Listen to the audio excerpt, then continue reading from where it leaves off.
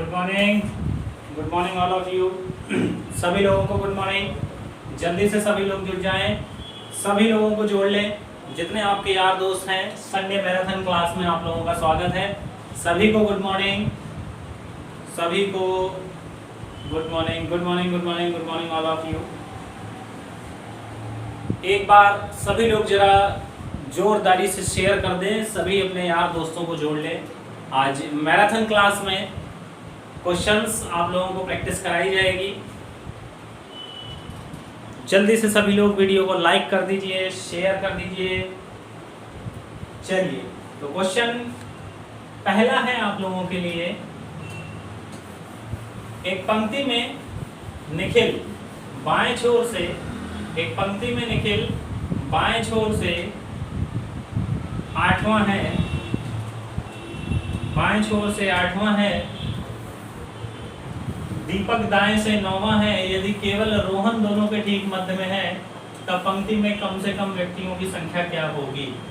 3, 15, 4 या none of these, इनमें से कोई नहीं। सभी लोग लगाएं, जल्दी से सभी लोग लगाएं और जवाब सभी का आना चाहिए, जवाब सभी का आना चाहिए। सभी लोग जल्दी से लगाएं, जवाब सभी का आना चाहिए।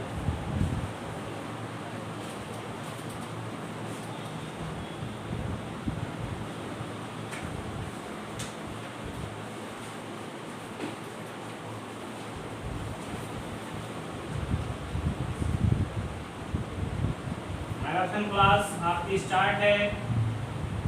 एक बार सभी लोग शेयर फेवर कर दें, जल्दी से सभी लोग शेयर कर दें भैया एक बार। चलिए देखिए क्या कह रहा है। एक पंक्ति में निखिल बाएं से 8वां है, निखिल को बाएं से 8वें स्थान पर बना दिया हम लोगों ने। फिर कह रहा है दीपक दाएं से 9वां है, दीपक दाएं से 9वां बना दिया हम लोगों ने।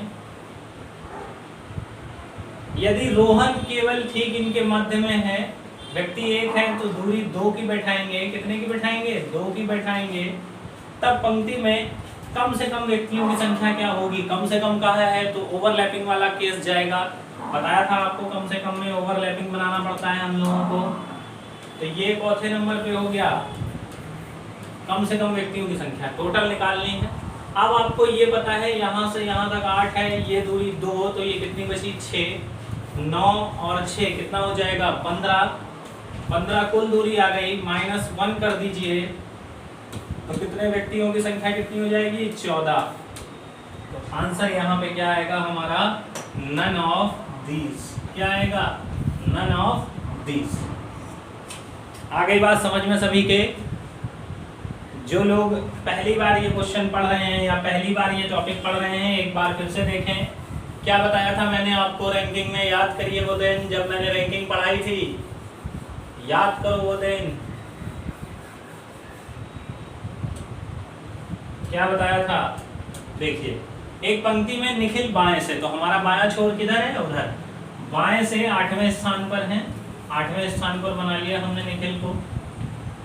दीपक दाएं से 9वें स्थान पर है, दीपक को हमने दाएं से 9वें स्थान पर बना लिया।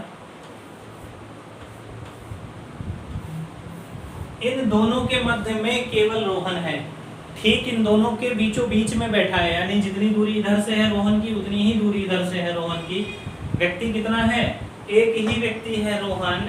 व्यक्ति कितना है? केवल रोहन, यानी व्यक्ति कितना है? एक। तो दूरी हम कितने की बैठाएंगे? 2 की। तो यहाँ पर रोहन को हमने बैठा लिया, 2 की दूरी पर बैठा लिया। इधर से भी 2 दूरी है, इधर से भी 2 दूरी है।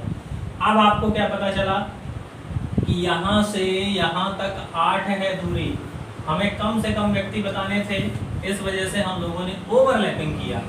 ये दूरी पूरी 8 है, ये दूरी 2 है, तो ये कितनी बची बेटा? 6।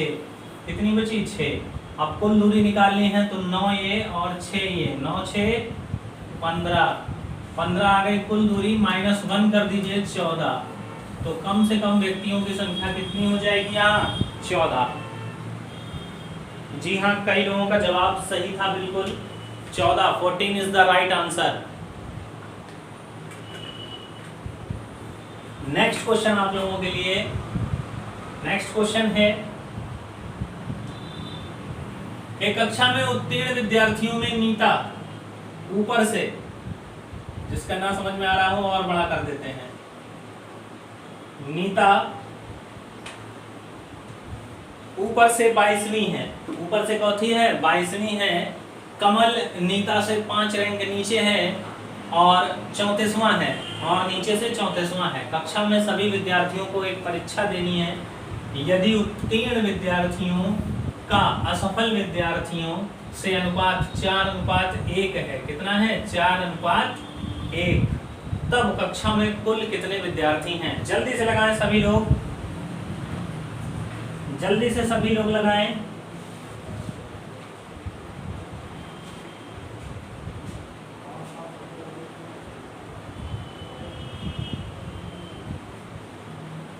सभी लोग लगाएं।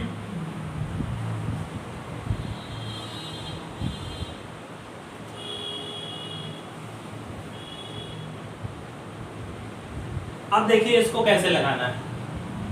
कुछ लोगों का आंसर सही है, कुछ लोगों का आंसर गड़बड़ है। पहला ऑप्शन है 60, दूसरा ऑप्शन है 75, तीसरा ऑप्शन है 61, चौथा ऑप्शन है 76। चलिए देखते हैं कैसे लगाना है इसको, थोड़ा छोटा कर दें। उत्तीर्ण विद्यार्थियों की कक्षा में नीता ऊपर से 22वीं है, नीता ऊपर से 22वीं है, कमल नीता से 5 रैंक नीचे है। चलिए देखिए, ऊपर से नीता का रैंक कौन सा है 22वां है, किसका नीता का, नीता का ऊपर से रैंक कौन सा है 22वां है, और कमल इससे 5 रैंक नीचे है, यानी 22 पे है, तो कमल कितने पर है 27 पे, चौथे रैंक पर है 27 पे कमल, 5 रैंक नीचे है। कितने रैंक नीचे है 5 रैंक।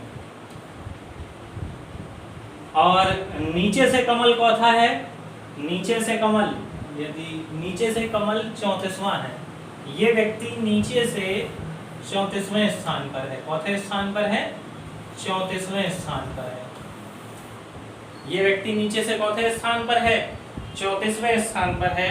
तो अब जल्दी से बताएं कि क्या होगा आंसर।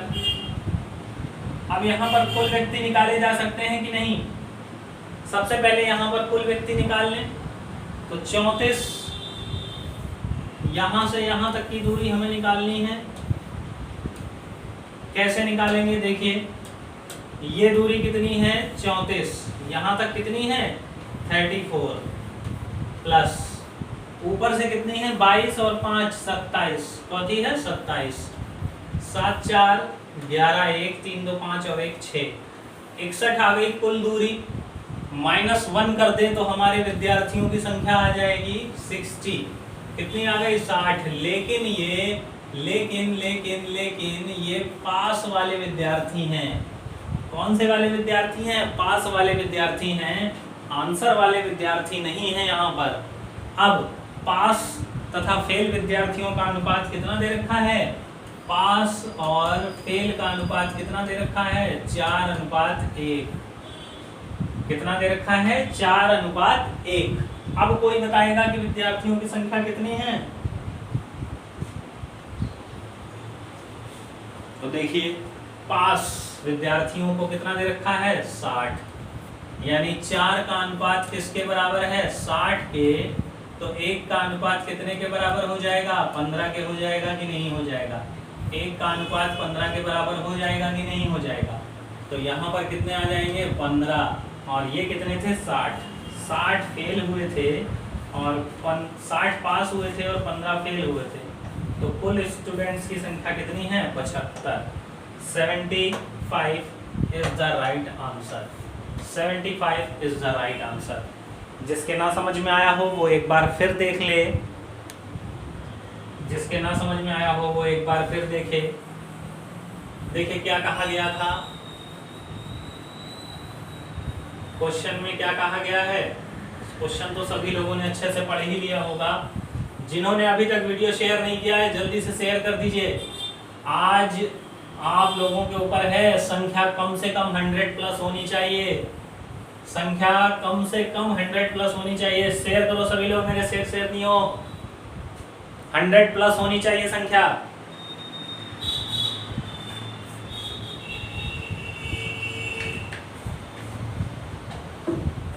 चलिए देखिए क्या कह रहा है। एक कक्षा के उत्तीर्ण विद्यार्थियों में नीता ऊपर से 22वीं है।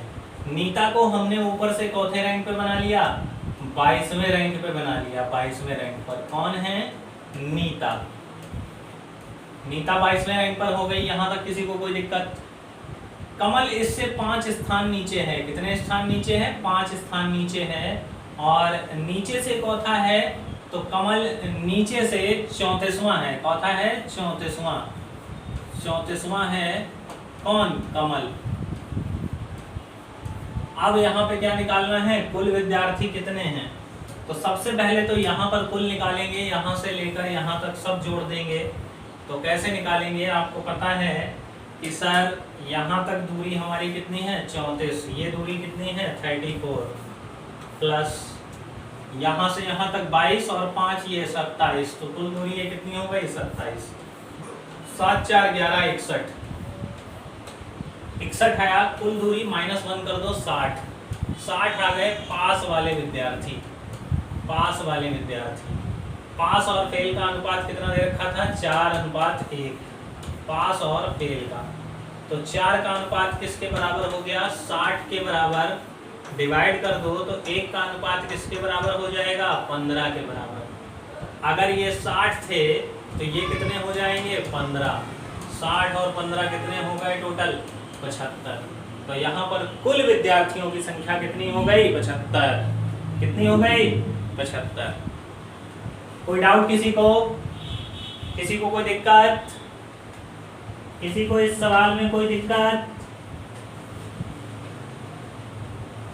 चलिए नेक्स्ट क्वेश्चन आप लोगों के लिए। सभी लोग जवाब दें, जितने लोग हैं सभी लोग जवाब देंगे। ए ऊपर से 10वां है, बी नीचे से 15वां है, सी ऊपर से 18 है। यदि सी ठीक दोनों के मध्य में बैठा है, ए ऊपर से 10वां, बी नीचे से 15वां, सी ऊपर से 18वां। यदि सी दोनों के ठीक मध्य में है, कहां पर है? मध्य में है, तब वहां कितने व्यक्ति हैं? बताएं जल्दी से सभी लोग, तब वहां कितने व्यक्ति हैं? सभी लोग जवाब दें। ए ऊपर से 10वां, बी नीचे से 15वां, सी ऊपर से 18वां। यदि सी दोनों के ठीक मध्य में है, तब वहां व्यक्तियों की संख्या कितनी है? सभी लोग जवाब दें। देखें क्या पढ़ा है अभी तक आप लोगों ने।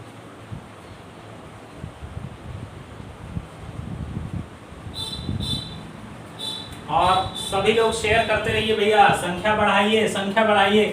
100 प्लस जाना है आज, आप लोगों की जिम्मेदारी है कैसे 100 प्लस जाएंगे। और अपने आप का आकलन भी करिए कि आपने इस हफ्ते क्या पढ़ा था। जितने चैप्टर्स मैंने कराए थे आप उसमें से कितने क्वेश्चंस कर पा रहे हैं। चलिए तो क्वेश्चन में क्या कह रहा है, आंसर आपको बताते हैं। ए ऊपर से 10वां है, ए जो है ऊपर से 10वां है, चौथे स्थान पर है 10वां। बी नीचे से 15वां है, बी नीचे से 15वां है, बी। यहां तक कोई दिक्कत किसी को? सी ऊपर से 18वां है, सी ऊपर से चौथे स्थान पर है, 18वें स्थान पर है ऊपर से। लेकिन सी जो है इन दोनों के ठीक मध्य में बैठा है। किसमें बैठा है? मध्य में। यानी अगर 10 ये 8 ये 18, अगर ये दूरी 8 है तो ये भी दूरी कितनी होनी चाहिए? 8। ये बात सभी के समझ में आई कि नहीं? ये बात सभी के समझ में आई कि नहीं? एक बार फिर देखिए, एक बार फिर ध्यान से देखिएगा। देखिए ए ऊपर से 10वां है, ए ऊपर से चौथे स्थान पर है, 10वें स्थान पर है।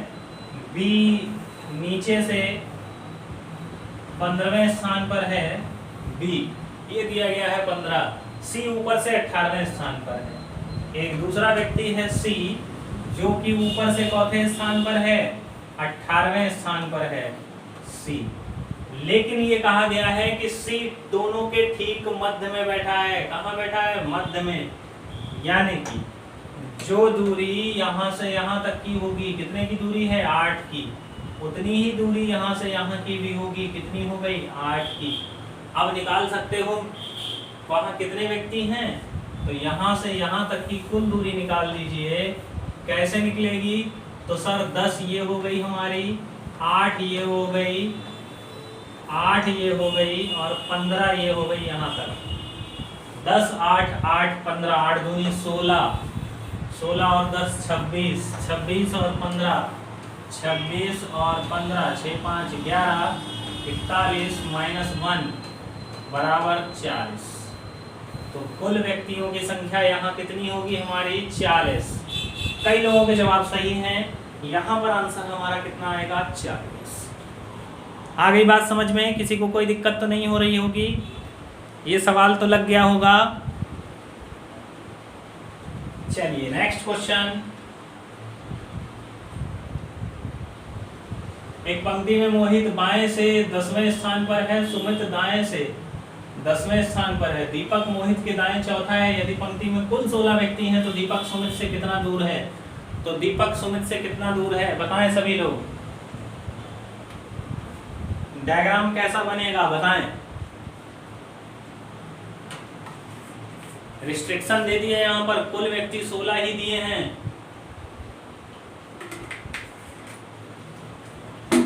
रिस्ट्रिक्शन दे दी गई है, कुल व्यक्तियों की संख्या 16 दे दी गई है। यहाँ मोहित बाएं से 10वें स्थान पर है, चौथे स्थान पर है 10वें। सुमित दाएं से 10वें स्थान पर है, दीपक मोहित के दाएं चौथा है। यदि पंक्ति में कुल 16 व्यक्ति हैं तो दीपक सुमित से कितना होगा? तो देखिए यहाँ पर जो बनेगा ओवरलैपिंग वाला फिगर बनेगा। कौन सा फिगर बनेगा? ओवरलैपिंग वाला। अब आंसर बताएं सभी लोग। देखिए रैंकिंग का जो कॉन्सेप्ट मैंने आपको बताया है, किसी भी किताब में आपको वो कॉन्सेप्ट नहीं मिलेगा। बस दूरी रखते जाइए, दूरी प्लस 1, दूरी माइनस 1 बराबर व्यक्ति, व्यक्ति प्लस 1 बराबर दूरी। दो कॉन्सेप्ट मैंने आपको याद कराए हैं, बस इसी से सारे सवाल लग जाएंगे आपको। आप लगाते हैं ये वाला सवाल।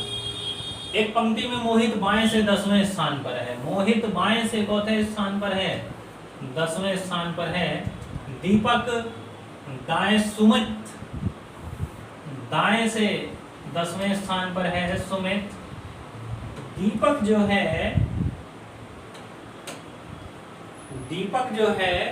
देखिए कहा गया, दीपक मोहित के दाएं चौथा है, चौथा है चौथा।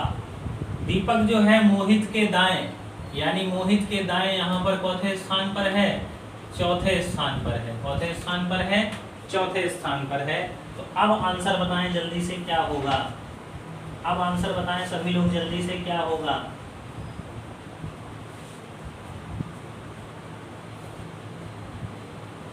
कुल व्यक्तियों की संख्या यहाँ कितनी दे रखी है? 16। तो कुल दूरी बेटा हम यहाँ कितनी बैठाएंगे? 17। 17 बैठाएंगे कि नहीं? 17 बैठाएंगे कि नहीं बताइए। कुल दूरी हम लोग 17 बैठाएंगे कि नहीं?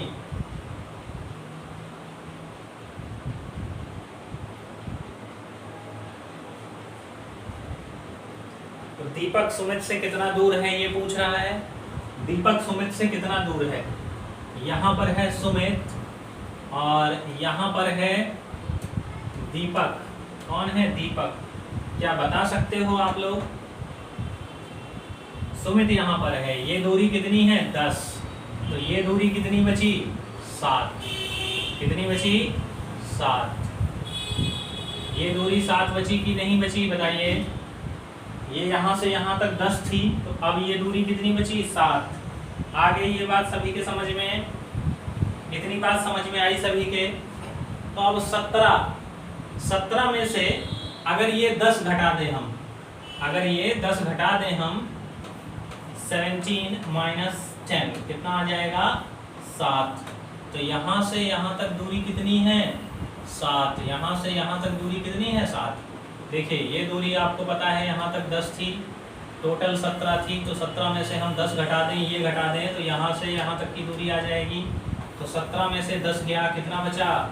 7। कितना बचा? 7।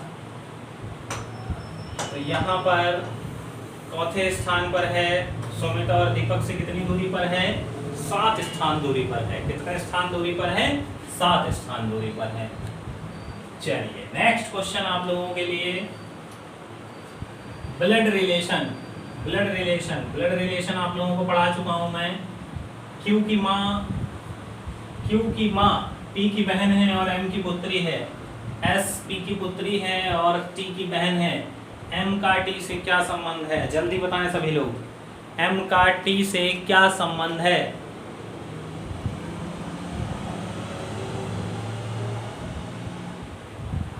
एम का टी से क्या संबंध है? तो देखिए, ब्लड रिलेशन पढ़ाते टाइम मैंने आपको बताया था 5 सिंबल्स। कितने सिंबल बताए थे? 5 सिंबल। ये मेल को दर्शाएगा, ये फीमेल को दर्शाएगा, डबल बॉन्ड मैरिड को दर्शाएगा, MARRIED मैरिड को दर्शाएगा, सिंगल बॉन्ड सिबलिंग को दर्शाएगा,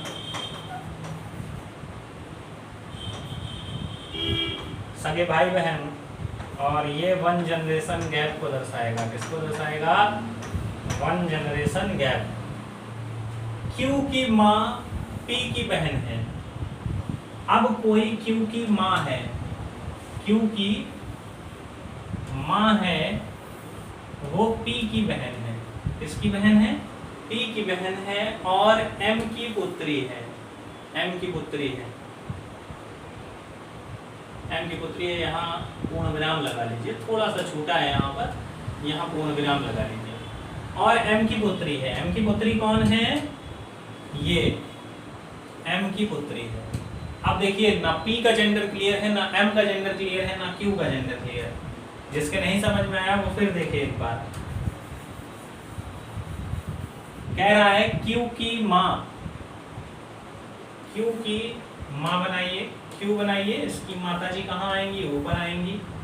पी की बहन है। किसकी बहन है? पी की बहन सिंगल बॉन्ड से जुड़ेगी। और एम की पुत्री है। किसकी पुत्री है? एम की पुत्री है। एस पी की पुत्री है। एस जो है वो पुत्री है किसकी? पी की। और टी की बहन है। एस जो है वो टी की बहन है। किसकी बहन है? टी की। एम का टी से क्या संबंध है? एम के साथ लगा है का, एम के साथ लगा है का, और टी के साथ लगा है से। टी के साथ लगा है से। एक पीढ़ी का अंतर, दूसरी पीढ़ी का अंतर। इनका जेंडर क्लियर नहीं है कि ये माता है कि पिता हैं। तो आंसर क्या आएगा? या तो ग्रैंड मदर होंगी या ग्रैंड फादर होंगे। या तो ग्रैंड मदर होंगे या ग्रैंड फादर होंगे। तो both A and B is the right answer. कौन सा आंसर सही होगा? सी वाला आंसर हमारा सही होगा। सी वाला आंसर हमारा सही होगा। किसी को कोई दिक्कत? पहली पीढ़ी में देखिए, ये इनके, अगर ये लड़का होगा तो पिताजी, अगर ये लड़की होगी तो माताजी। अगर लड़का है तो ये बहन और ये उनकी मम्मी या पापा होंगे, तो दादाजी हो गए। अगर ये लड़की है तो ये बहन और ये उनके मम्मी पापा, तो नाना नानी हो गए। तो या तो ग्रैंड मदर होगा या ग्रैंड फादर होगा। अच्छा एक बात और, ग्रैंड मदर का मतलब नाना भी होता, नानी भी होता है और दादी भी होता है। ग्रैंड फादर का मतलब दादा भी होता है और नाना भी होता है। ग्रैंड फादर का मतलब दादा भी होता है और नाना भी होता है। आ गई बात समझ में? तो आंसर सी वाला हम लोगों का सही है, बोथ ए एंड बी। चलिए नेक्स्ट क्वेश्चन।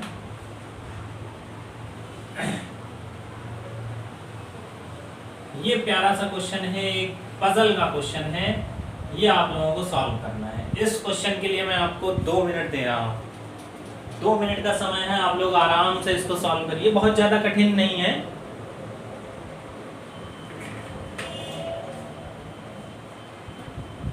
राधा और मिस्टर मिन्नीलाल की 2 पुत्रियां हैं, सिम्मी और दिव्या। का विवाह अनुज से हुआ है, जो मधु और मिस्टर जब्बार का पुत्र हैं। रेशमा अनुज की पुत्री है। अनुज की बहन किरण का विवाह सुबोध से हुआ है और इनके तरुणा और अमन नामक 2 पुत्र हैं। तरुणा और मधु जब्बार के नाती हैं। तरुणा और मधु जब्बार के नाती हैं। तरुणा और मधु नहीं होगा बेटा।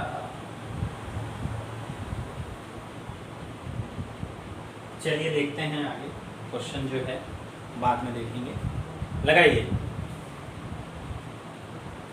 राधा और मिन्नीलाल 2 व्यक्ति हैं। राधा और मिन्नीलाल 2 व्यक्ति हैं। देखिए कैसे लगाएंगे।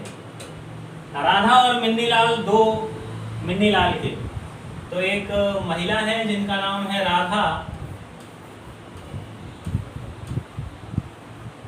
एक पुरुष है जिनका नाम है मिन्नीलाल।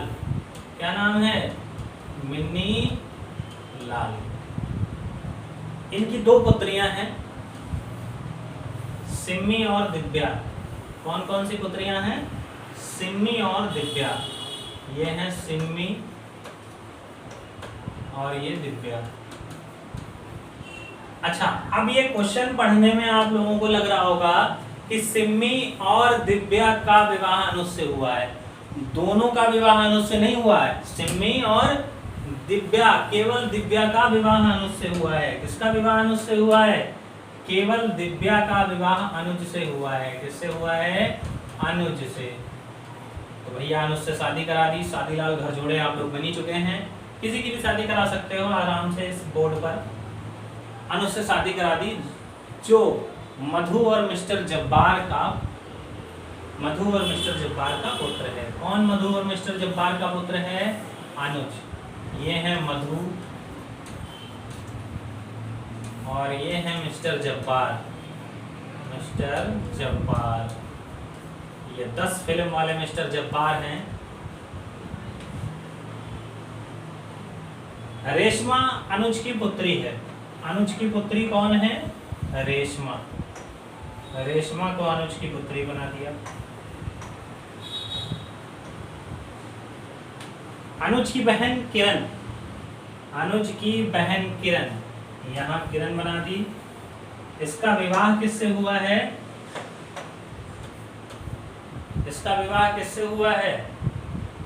सुबोध से हुआ है। तो यहाँ सुबोध बना देते हैं। क्या बना देते हैं? सुबोध। जिनके तरुणा और अमन नामक 2 पुत्र हैं। तरुणा और अमन नामक 2 पुत्र हैं। 2 पुत्र हैं, तरुणा और अमन। ये पुत्र है अमन और ये कौन है? तरुणा। तरुणा मधु और मिस्टर जब्बार का नाती है। तरुणा मधु और मिस्टर जब्बार का नाती है। ये नाती है, दिख रहा है क्लियर। ये हमारा रिलेशन पूरा हो गया। ये रिलेशन पूरा हो गया। जिसके ना समझ में आया हो एक बार फिर देख ले भाई। हो सकता है कई लोगों को समझ में ना आया हो, लेकिन वैसे बहुत सिंपल है। बस क्वेश्चन पढ़ते जाना है और बनाते जाना है।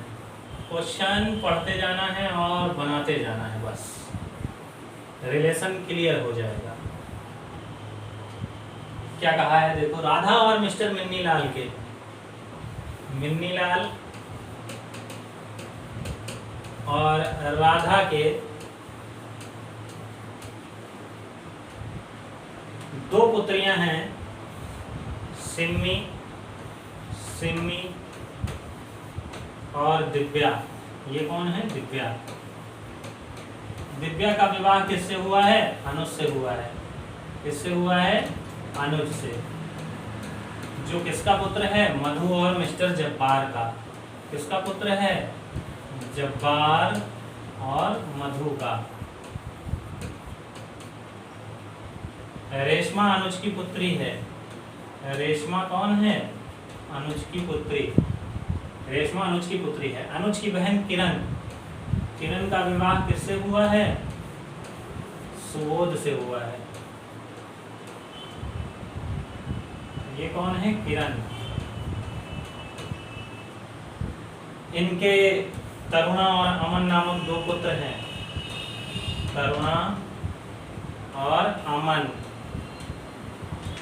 कितने पुत्र हैं? तरुणा और अमन नामक 2 पुत्र हैं। ये हमारी जानकारी हो गई। अब पहला क्वेश्चन क्या कह रहा है? अमन और रेशमा के बीच क्या संबंध है? अमन और रेशमा के बीच क्या संबंध है? तो जल्दी से बता सकते हैं अमन और रेशमा के बीच क्या संबंध है? ये है अमन, ये है अमन, ये है रेशमा, एक ही पीढ़ी में है, यानी भाई होगा। क्या होगा? भाई। तो आंसर क्या आएगा यहाँ से? अमन और रेशमा के बीच कजन क्या आएगा? भाई बहन है, क्योंकि क्या पूछा है? अमन और रेशमा के बीच, अमन और रेशमा के बीच क्या पूछा है? तो आंसर क्या आएगा? भाई बहन, भाई बहन। लेकिन कैसे हैं? कजन हैं, सगे नहीं हैं। देखिए कैसे हैं? कजन हैं, सिंगल बॉन्ड से आपस में जुड़े नहीं हैं। ठीक है, आ गई बात समझ में? आ गई बात समझ में?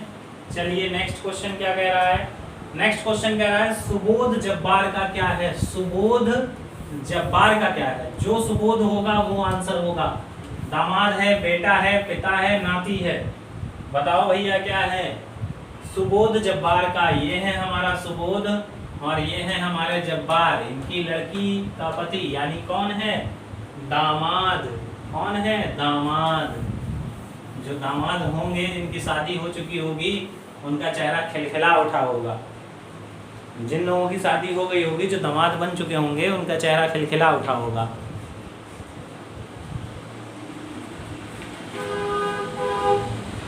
जिनकी नहीं हुई है परेशान ना हो, जॉब ले लीजिए, आपकी भी अच्छी सी शादी हो जाएगी। नेक्स्ट क्वेश्चन क्या कह रहा है? रेशमा किरण की क्या है? यहाँ किसके बारे में रिलेशन पूछा है? रेशमा के बारे में। जो रेशमा होगा वो आंसर आएगा। भतीजी, बेटी, माँ, पोती। देखिए भाई क्या है? रेशमा किरण की, ये है रेशमा, किरण की कौन है? पापा, पापा की बहन यानी बुआ, और ये कौन होगी? भतीजी। रेशमा के बारे में पूछा है तो आंसर क्या है? भतीजी। ए ऑप्शन सही है। क्या आएगा? भतीजी। नेक्स्ट क्वेश्चन क्या कह रहा है? दिव्या किरण की कौन है? जिसके बारे में पूछा है? दिव्या के बारे में। बेटी है, चाची है, माँ है, भाभी है। दिव्या कौन है भैया किरण की? तो कहाँ है किरण? ये है किरण, देखिए ये है किरण और ये है दिव्या। ये किरण का भाई, भाई की पत्नी भाभी। तो दिव्या पूछा है तो दिव्या कौन है? भाभी। दिव्या कौन है? भाभी, यानी आंसर क्या आ जाएगा? भाभी।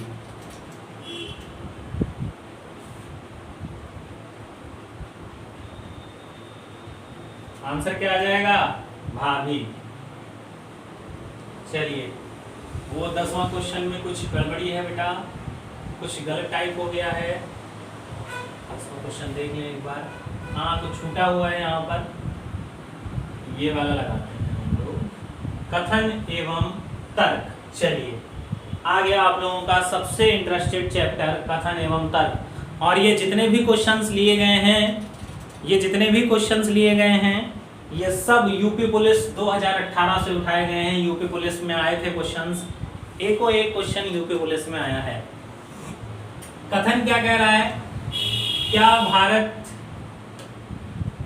क्या भारत के प्रत्येक परिवार से कम एक सदस्य को सरकारी नौकरी दी जानी चाहिए? पहला तर्क है हाँ, भारत में गरीबी उन्मूलन का यही एक तरीका है। जल्दी से बताएं, पहला तर्क प्रबल है कि दुर्बल? पहला तर्क प्रबल है कि दुर्बल? दूसरा तर्क प्रबल है कि दुर्बल? जल्दी बताएं। दूसरा तर्क क्या कह रहा है? तो दूसरा तर्क कह रहा है हाँ, इससे अल्प सुविधा प्राप्त वर्ग की आर्थिक स्थिति में काफी ज्यादा सुधार आएगा। हाँ, इससे अल्प सुविधा प्राप्त वर्ग की आर्थिक स्थिति में काफी ज्यादा सुधार आएगा। बताएं जल्दी से, कौन सा कथन, कौन सा तर्क प्रबल है और कौन सा तर्क दुर्बल है? 11वां क्वेश्चन है आप लोगों का। तो पहला तर्क देखिए क्या कह रहा है। पहला तर्क कह रहा है कि हाँ, भारत में गरीबी उन्मूलन का यही एकमात्र तरीका है। और जैसे ही हमने कहा था यही एकमात्र, बस केवल ये सब चीजें जुड़ जाएं तो तर्क क्या हो जाता है? दुर्बल हो जाता है। यानी ये वाला तर्क हम लोगों का क्या है? पहला दुर्बल। क्या है? दुर्बल। दूसरा तर्क क्या कह रहा है, हाँ इससे अल्प सुविधा प्राप्त वर्ग की आर्थिक स्थिति में काफी ज्यादा सुधार आएगा। जो अल्प सुविधा प्राप्त वर्ग हैं, जैसे भारत में कई सारे वर्ग ऐसे हैं जिन्हें बहुत कम सुविधाएं प्राप्त हैं, तो उनके आर्थिक स्थिति में सुधार आएगा। बिल्कुल सही बात है, आर्थिक स्थिति में सुधार आएगा। अब किसी के घर में महीने में 5,000 रुपए नहीं आ रहा है और किसी का बेटा सरकारी हो जाएगा, तो मान लीजिए उसके पास 20,000 30,000 मंथली आने लगेगा, तो आर्थिक स्थिति में सुधार उसके आएगी। तो पहला वाला तर्क दुर्बल है और दूसरा वाला तर्क क्या है, प्रबल है।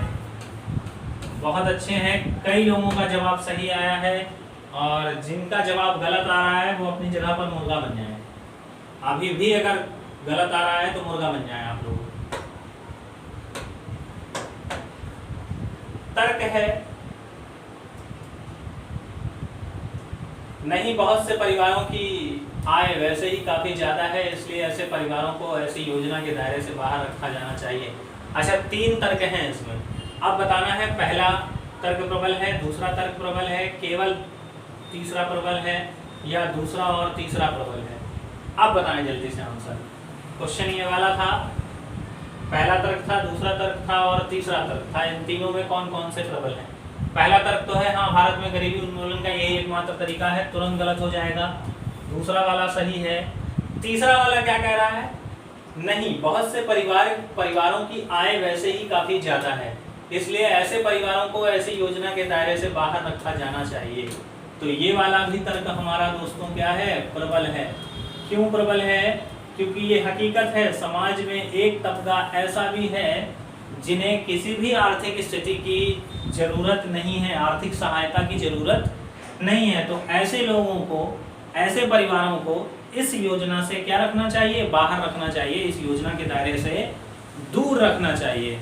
तो दूसरा और तीसरा दोनों तर्क प्रबल हैं, ये वाला ऑप्शन हमारा सही हो जाएगा। पहला गलत हो जाएगा, दूसरा भी गलत हो जाएगा, तीसरा भी गलत हो जाएगा। दूसरा और तीसरा 2 तर्क हमारे प्रबल हैं, तो ये वाला आंसर हमारा सही हो जाएगा। नेक्स्ट क्वेश्चन, नीचे दिए गए प्रत्येक प्रश्न में 2 तर्क दिए गए हैं जिन्हें 1 और 2 क्रमशः नंबर दिया गया है। आपको ये बताना है कि कौन सा तर्क प्रबल है। ए ऑप्शन होगा पहला प्रबल, बी ऑप्शन होगा दूसरा प्रबल, सी ऑप्शन होगा दोनों में से कोई प्रबल नहीं, और डी ऑप्शन होगा दोनों प्रबल हैं। चलिए क्वेश्चन क्या है, क्या आपको तब तक कड़ी मेहनत करनी चाहिए जब तक आप अपने हस्ताक्षर को ऑटोग्राफ में नहीं बदल देते? जब तक आप अपने हस्ताक्षर को ऑटोग्राफ में नहीं बदल देते। तर्क है तब तक मेहनत करें जब तक आप उस स्थिति पर नहीं पहुंच जाते जिस स्थिति पर जिससे आपको किसी को अपना परिचय देने की आवश्यकता नहीं है। दूसरा, आर्थिक रूप से सुरक्षित बनने के लिए कड़ी मेहनत करें। आर्थिक रूप से सुरक्षित बनने के लिए कड़ी मेहनत करें। बताएं जल्दी से।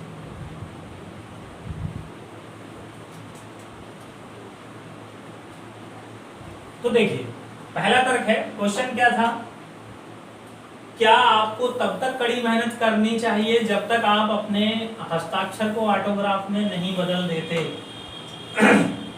तर्क है तब तक मेहनत करें जब तक उस स्थिति पर नहीं पहुंच जाते जिसमें आपको किसी को अपना परिचय देने की आवश्यकता नहीं है। जैसे आपने अमिताभ बच्चन का वो वाला डायलॉग सुना होगा, हम जहां से खड़े हो जाते हैं लाइन वहीं से शुरू हो जाती है। तो जहां से खड़े हों वहीं से लाइन शुरू हो जाए, ऐसी मेहनत करें। यानी कि पहला तर्क क्या है हमारा, प्रबल है। क्या है, प्रबल है। दूसरा तर्क क्या कह रहा है हमारा, दूसरा तर्क कह रहा है आर्थिक रूप से सुरक्षित बनने के लिए कड़ी मेहनत करें। तो हो सकता है ये कई लोगों को सही लगे, लेकिन ये दुर्बल है, क्योंकि कथन से डायरेक्टली संबंधित नहीं है। कथन में कहीं भी आर्थिक रूप की बात नहीं करी गई, इसलिए दूसरा वाला क्या है, दुर्बल है। क्या है, दुर्बल है। तो केवल पहला प्रबल है, यानी आंसर हमारा कौन सा आएगा, आंसर हमारा कौन सा आएगा, केवल पहला तर्क प्रबल है, ये वाला। ठीक है, चलिए नेक्स्ट क्वेश्चन आप लोगों के लिए, अंतर जातीय विवाह को भारत में प्रोत्साहित किया जाना चाहिए। पहला तर्क, हाँ यह जातीय व्यवस्था को समाप्त कर देगा। दूसरा तर्क, नहीं यह हमारी भारतीय परिवार प्रणाली को नष्ट कर देगा। बताइए।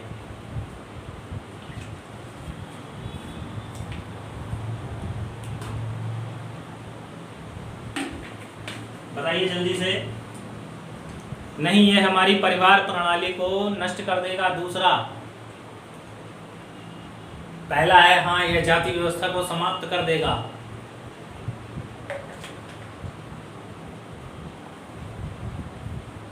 तो देखिए, अगर इसको आप ध्यान से देखेंगे तो ये जो तर्क लिखा है हाँ, यह जाति व्यवस्था को समाप्त कर देगा, तो ये तर्क बिल्कुल सही है, क्योंकि जब अंतरजातीय विवाह होगा तो कहीं ना कहीं वो जातीय व्यवस्था को क्या कर देगा, समाप्त कर देगा।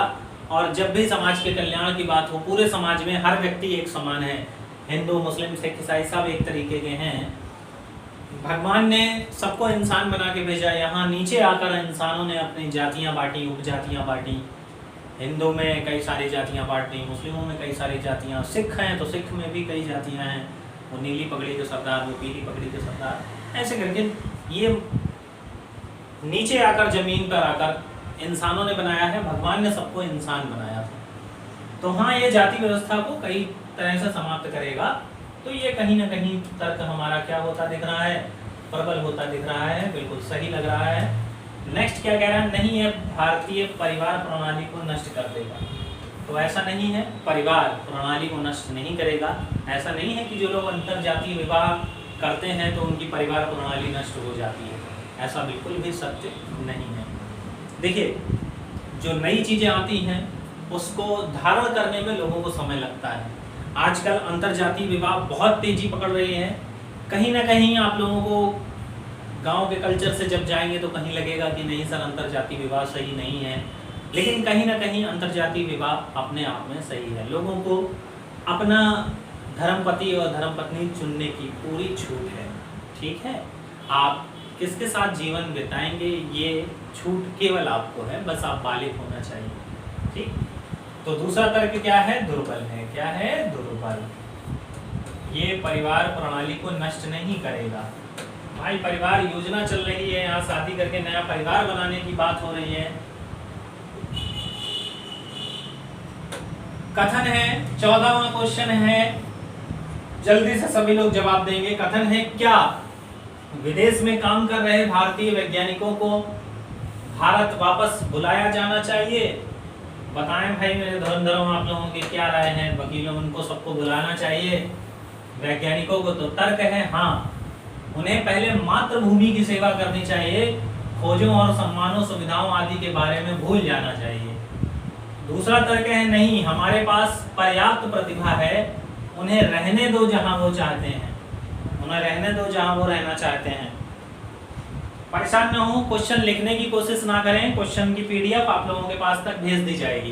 क्वेश्चन की पीडीएफ आज वीडियो खत्म होते ही जस्ट आपके पास पीडीएफ आ जाएगी। क्वेश्चन को लिखने के लिए परेशान ना हो, ये पूरी मेगा क्लास की पीडीएफ आप लोगों तक पहुंच जाएगी। और जिन लोगों ने अभी तक शेयर नहीं किया है, जोड़ा नहीं है, जोड़िए भाई, संख्या आप लोगों को बढ़ानी है, आज आपकी जिम्मेदारी है।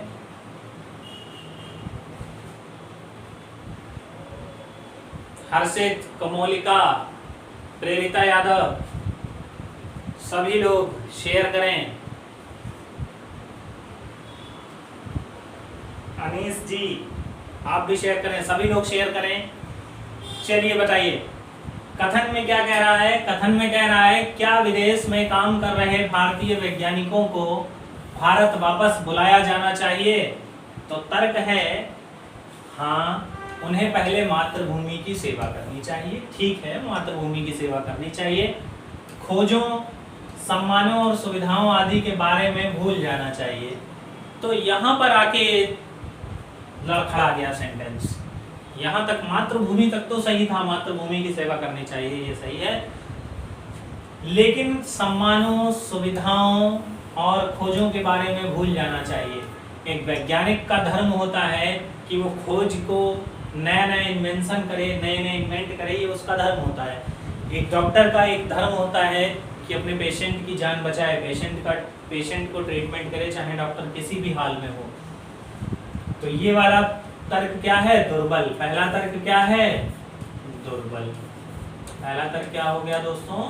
दुर्बल हो गया। दूसरा तर्क क्या कह रहा है? नहीं, हमारे पास पर्याप्त प्रतिभा है, उन्हें रहने दो जहां रहना चाहते हैं। तो प्रतिभा कभी भी पर्याप्त नहीं होती है, जितनी ज़्यादा से ज़्यादा प्रतिभा ले ली जाए उतना कम है। आप कितने कौशल हैं आप ये नहीं कह सकते कि बस अब मैं पर्याप्त हो चुका हूँ, इसके बाद मुझे कुछ सीखने की ज़रूरत नहीं है। जैसे ही आप ये बात कहते हैं कि बस अब मेरे पास पर्याप्त ज्ञान आ चुका है, यानी कि आप अपने आप को सर्वज्ञानी समझ रहे हैं। क्या समझ रहे हैं? सर्वज्ञानी। और इस दुनिया में 100% कोई नहीं है, सभी लोग जान लें 100% कोई नहीं है इस दुनिया में 100% कोई नहीं है। तो हमारे पास पर्याप्त प्रतिभा है, उन्हें रहने दो जहां वो रहना चाहते हैं। नहीं, ऐसा नहीं है। अगर वो लोग हमारे देश वापस आ जाएंगे, हमारे वैज्ञानिक, तो जो विदेशों पे नए नए इन्वेंशन हो रहे हैं, नए नए इन्वेंट हो रहे हैं, विदेशों का नाम ऊपर उठ रहा है, तो वो हमारा भारत देश का नाम होगा, इसलिए उन्हें बुलाना चाहिए। तो दूसरा तर्क भी क्या है? दुर्बल है। क्या है? दुर्बल है। यानी दोनों तर्क हमारे कैसे हैं? दुर्बल हैं। चलिए नेक्स्ट क्वेश्चन आप लोगों के लिए। कथन क्या कह रहा है? क्या दिल्ली में नए बड़े उद्योग शुरू किए जाने चाहिए? तर्क है नहीं, इससे शहर के प्रदूषण में इजाफा होगा।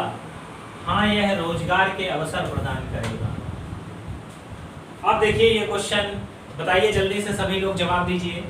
क्या दिल्ली में नए बड़े उद्योग शुरू किए जाने चाहिए?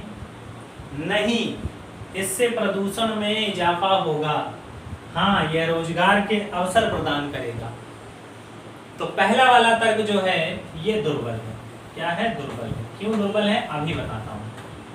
आप कहेंगे सर स्वास्थ्य और पर्यावरण का खेल है, स्वास्थ्य और पर्यावरण की बात हो रही है, पर्यावरण की बात हो रही है और नकारात्मक है, उसके बाद भी आपने क्या सही कर रहे हैं? दुर्बल कर रहे हैं। तो देखिए, शहर में प्रदूषण होगा ये बात ठीक है, लेकिन दिल्ली में खोलने के लिए कहा है। दिल्ली में बहुत सारी क्या हैं, ऐसी कंपनियां हैं, ऐसी फैक्ट्रीज हैं जो प्रदूषण कर रही हैं। दिल्ली में ऐसी बहुत सारी कंपनियां हैं, बहुत सारी फैक्ट्रीज हैं, लेकिन दिल्ली के दूसरे कोनों में जहां पर आबादी है, आबादी से हटकर वो कंपनियां लगाई जा सकती हैं। इस वजह से ये तर्क क्या है? दुर्बल है। दूसरा, हाँ, यह रोजगार के अवसर प्रदान करेगा। तो अमूमन सी बात है, कोई नई फैक्ट्री लगेगी, नए उद्योग लगेंगे, तो वो प्रस्ताव क्या करेगा? अवसर प्रदान करेगा। किसके? रोजगार के। तो दूसरा तर्क क्या है? प्रबल है। तो पहला दुर्बल और दूसरा। अभी बात समझ में सभी के आ गई? सभी के? सभी लोग, जितने लोग देख रहे हैं वीडियो को लाइक करें, सभी लोग वीडियो को लाइक करें। चलिए नेक्स्ट क्वेश्चन आप लोगों के लिए। निर्देश। नीचे दिए गए प्रत्येक प्रश्न में दो पूर्व धारणाएं हैं जिनके क्रमांक 1 और 2 है। आपको यह तय करना है कि इनमें से कौन सी पूर्व धारणा कथन में अंतर्निहित है। पहला ऑप्शन है केवल एक पूर्व धारणा अंतर्निहित है, दूसरा ऑप्शन है दो पूर्व धारणा, दूसरी पूर्व धारणा निहित है, तीसरा ऑप्शन होगा दोनों अंतर्निहित है और चौथा होगा दोनों अंतर्निहित नहीं है। ठीक। कथन है, नशीत ने अपनी वर्दी पहनी, निशीत होगा, निशीत ने अपनी वर्दी पहनी, बंदूक को भर दिया, रुक जाइए।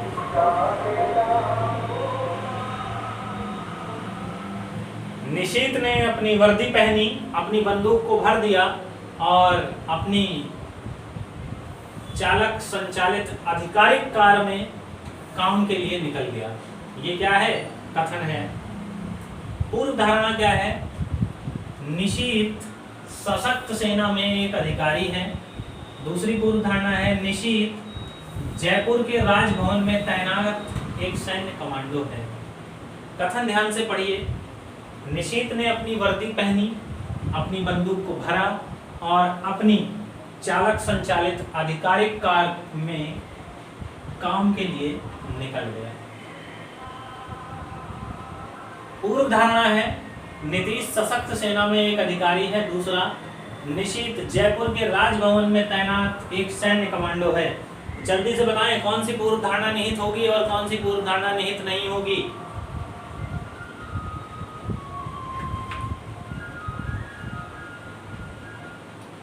जल्दी से बताएं कौन सी पूर्व धारणा निहित होगी। अब देखिए, नीतीश ने वर्दी पहनी, अपनी बंदूक भरी और कार थी। जो कार है वो चालक संचालित आधिकारिक कार, चालक के द्वारा, उसमें चालक है पहले से और आधिकारिक गाड़ी है।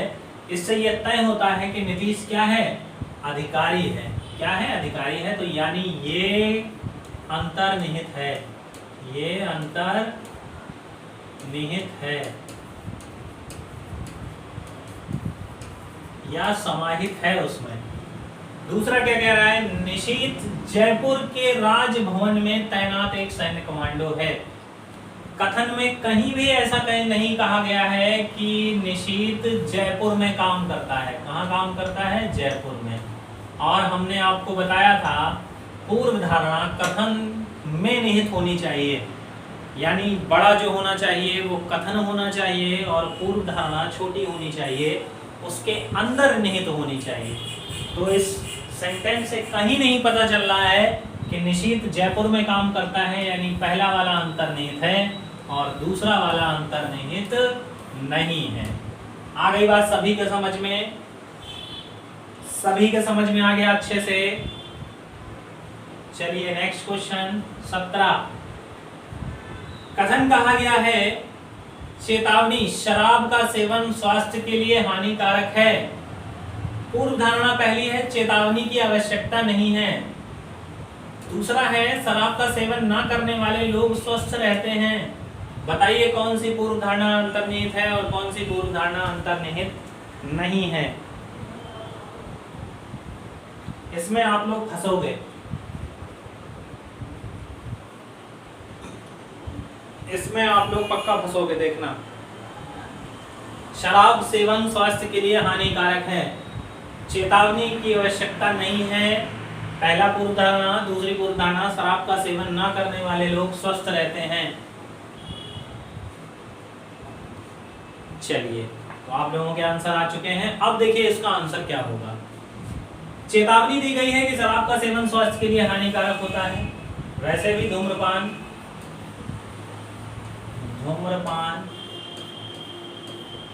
और शराब स्वास्थ्य के लिए हानिकारक होती है, ये ठीक बात है, अच्छी बात है। चेतावनी की आवश्यकता नहीं है। हमने आपको पहले ही बताया था कि कहीं भी चेतावनी दी गई हो, क्या दिया गया हो, चेतावनी दी गई हो। जैसे एक माँ अपने बच्चे को चेतावनी देती है, मान जाओ वरना थप्पड़ मार दूंगी तुम्हारे। तो माँ चेतावनी क्यों देती है, क्योंकि उसे पता है कि अगर मैं चेतावनी दूंगी तो बच्चा मेरा मान जाएगा, तो चेतावनी का असर होता है। विज्ञापन दिया हो, विज्ञापन का असर होता है। आदेश दिया जाए, ऐसा माना जाता है कि आदेश का पालन किया जाएगा। आग्रह किया गया हो किसी से, ऐसा माना जाता है कि अगर आग्रह करेंगे तो लोग उस बात को मानेंगे। जैसे पिछले साल कोरोना वायरस महामारी को देखते हुए प्रधानमंत्री जी ने सबसे कहा था कि सभी लोग एक दूसरे की सहायता करें, पीएम कैरियर फंड में पैसा जमा करें। तो सब लोग एक दूसरे की सहायता कर रहे थे, बढ़ चढ़ के पीएम कैरियर फंड में पैसा भी जमा हुआ बढ़ चढ़ के। वो अलग की बात है, उसका यूज क्या हुआ क्या नहीं हुआ वो अलग की बात है। लेकिन हाँ, आग्रह क्यों किया प्रधानमंत्री जी ने, क्योंकि वो जानते थे कि अगर मैं आग्रह करूंगा तो लोग मेरी बात को मानेंगे। तो चेतावनी की आवश्यकता नहीं है, ये तो बिल्कुल गलत है, पूर्व धारणा अंतर्निहित है ही नहीं। शराब सेवन ना करने वाले लोग स्वस्थ रहते हैं। अब आप क्या सोचेंगे, सेवन करने वाले हानिकारक है, यानी नहीं करेंगे तो स्वस्थ रहेंगे। बेटा ऐसा भी जरूरी नहीं है, ऐसा भी जरूरी नहीं है। कई लोग ऐसे होते हैं जो शराब नहीं पीते हैं, वो भी अस्वस्थ हो जाते हैं। तो ऐसा नहीं है कि शराब ना पीने वाले स्वस्थ रहते हैं, ऐसा नहीं है। हो सकता है सुट्टा मारते हो, सिगरेट, हो सकता है मसाला खाते हो, तबला पसंद, ठीक। आगे बात समझ में सभी को? देखिए प्यार से पढ़ते रहिए, मजा ले लेके पढ़ते रहिए, क्वेश्चन लगाते रहिए, बहुत ज्यादा टेंशन लेके मत पढ़िए। हाय नौकरी मत करिए, ईमानदारी से अगर तैयारी करेंगे तो आपको जॉब से कोई नहीं रोक सकता है। बस हर चीज में ईमानदारी होनी चाहिए। ईमानदारी से की गई मेहनत एक दिन सफलता में जरूर बदलती है। अपने आप को धोखा ना दें आप, बस ईमानदारी से मेहनत करते जाएं। 18वां क्वेश्चन है कथन। इस क्षेत्र में तुरंत सेना तैनात की जानी चाहिए ताकि शांति और सामान्य स्थिति बहाल हो। एक समाचार।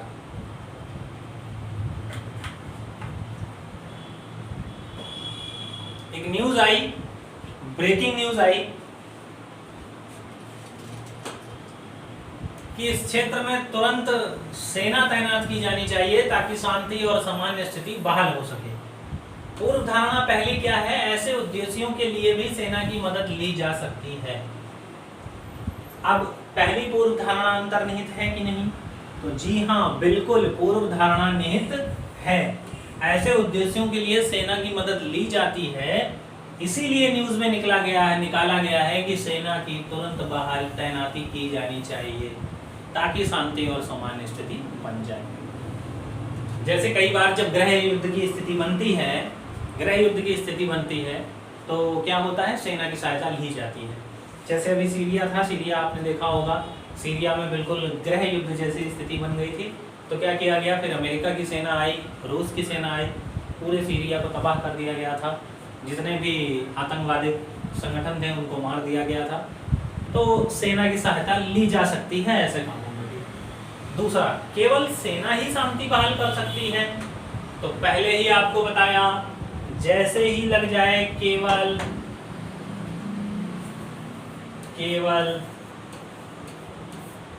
बस यही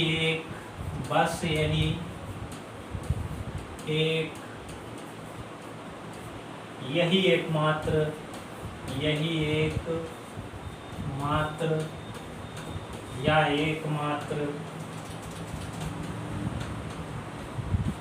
तो ये सब बेटा दुश्मन हैं, कथन तर्क और कथन पूर्व धारणा। तुरंत जैसा ही देखिए, केवल बस यही एकमात्र, तुरंत इनको काट दीजिए। ये तो भैया सही नहीं होना है, क्योंकि आपने क्या लगा दिया? केवल। जरूरी नहीं है कि केवल सेना ही शांति बहाल कर सके। हो सकता है लोगों की भीड़ किसी के समझाने से समझ जाए, हो सकता है पुलिस ही कब्जा कर ले, पुलिस ही उस भीड़ पर कब्जा कर ले, काबू पा ले, उनको रोक दे। गृह युद्ध को कभी कई बार पुलिस वाले भी संभाल लेते हैं। गृह युद्ध की स्थिति होती है, उनको रोक लिया जाता है, गृह युद्ध नहीं हो पाता है। तो पहला वाला कथन अंतर्निहित नहीं है, पहली वाली पूर्व धारणा अंतर्निहित है और दूसरी वाली अंतर्निहित नहीं है। चलिए नेक्स्ट प्यारा सा क्वेश्चन आपके लिए। खेल खेलना शुरू करने से पहले निर्देश पढ़ें। पहली पूर्व धारणा, खेल आयोजित किया जा रहा है। दूसरा, कोई भी अंधा व्यक्ति खेल नहीं खेल रहा है। तीसरा, खिलाड़ी साक्षर हैं। बताइए कौन सी पूर्व धारणा अंतर्निहित है और कौन सी पूर्व धारणा अंतर्निहित नहीं है। और भैया लाइक एंड शेयर करते रहो भैया, लाइक शेयर में बहुत कंजूसी करते हो आप लोग। करो, सभी लोग करो लाइक और शेयर, सभी लोग शेयर करो, अपने दोस्तों को जोड़ो। बताइए जल्दी से क्या होगा इसका आंसर? इसका आंसर क्या होगा? तो देखिए, खेल खेलना शुरू करने से पहले निर्देश पढ़ें। अब पढ़ेगा कौन? यहाँ पर जो क्लास चल रही है, बोर्ड पे अगर क्वेश्चन लगा है तो उसको कौन पढ़ेगा? अंधा तो पढ़ नहीं पाएगा। जो अंधा व्यक्ति होगा वो नहीं पढ़ पाएगा। कौन पढ़ेगा? जिसकी आंखें होंगी। हाँ, ब्रेल लिपि अगर दी गई है तो अलग की बात है, तो ब्रेल लिपि नहीं दी गई है, यहाँ पर ब्रेल लिपि की कोई चर्चा नहीं हुई है यहाँ पर। यानी खेल आयोजित किया जा रहा है, बिल्कुल सही है, खेल की बात हो रही है। खेल शुरू करने से पहले भैया पढ़ लो निर्देश कि क्या क्या निर्देश हैं। कोई भी अंधा व्यक्ति नहीं खेल रहा है, बिल्कुल सही है, अंधा व्यक्ति नहीं खेल रहा है क्योंकि ब्रेल लिपि की बात ही नहीं हो रही है। तो पढ़ कौन सकता है? जिसकी आंखें होंगी। खिलाड़ी साक्षर हैं। अब हमने कहा कि संडे मैराथन क्लास शुरू होने वाली है, भैया सब लोग आ जाओ। तो 50 लोग आए हैं देखने, 50 लोग देख रहे हैं। क्या कोई भी 50 में ऐसा अनपढ़ होगा? जो अनपढ़ होगा उसको यहाँ काम क्या है, यहाँ सब पढ़े लिखे आएंगे, सब बुद्धिमान आएंगे, जैसे आप लोग हैं प्यारे प्यारे बुद्धिमान पढ़े लिखे, बस थोड़ा थोड़ा भटक जाते हो आप लोग। चलिए, तो खिलाड़ी सभी क्या हैं? साक्षर, यानी तीनों पूर्व धारणाएं क्या हैं? अंतर्निहित हैं। तीनों पूर्व धारणाएं अंतर्निहित हैं। समझ में आ गया सभी के? किसी को कोई दिक्कत तो नहीं हो रही है? मजा आ रहा है सवाल लगाने में, क्वेश्चंस लगाने में मजा आ रहा है? तीनों चैप्टर, कथन तर्क, कथन पूर्व धारणा, कथन निष्कर्ष, जिन्होंने ना देखा हो वो देख लें जाके। कभी भी जिंदगी में आपका कथन तर्क, कथन पूर्व धारणा गलत नहीं होगा। बस जो जो पॉइंट्स मैंने बताए हैं वो पॉइंट आपको याद रखने हैं। कथन तर्क में मैंने 10 पॉइंट बताए थे, तर्क में ये 10 पॉइंट आपको याद रखना है। कथन तर्क आपका कभी भी गलत नहीं होगा। पूर्व धारणा में शायद 7 पॉइंट बताए हैं, वो 7 पॉइंट याद रखें। और निष्कर्ष में आपको 7, 5, 6 पॉइंट बताए हैं, वो याद रखें बस। ठीक है, बढ़े आगे नेक्स्ट क्वेश्चन की ओर। तो नेक्स्ट क्वेश्चन है आपका, घाटे की पूर्ति हेतु टैक्स बढ़ाया जाए। भैया घाटा हो गया है, टैक्स बढ़ाया जाए। घाटे की पूर्ति हेतु टैक्स बढ़ाया जाए। वर्तमान में कर बहुत कम है, बजट में घाटा वांछनीय है, बिना कर बढ़ाए हुए घाटा पूरा नहीं किया जा सकता। बताएं कौन सा तर्क, कौन सा पूर्व धारणा अंतर्निहित है, कौन सी पूर्व धारणा अंतर्निहित नहीं है। इस बार सभी का जवाब सही आना चाहिए। विकास, हर्षित, कोमोलिका, आशीष, अंकित, सभी लोगों के जवाब सही आने चाहिए।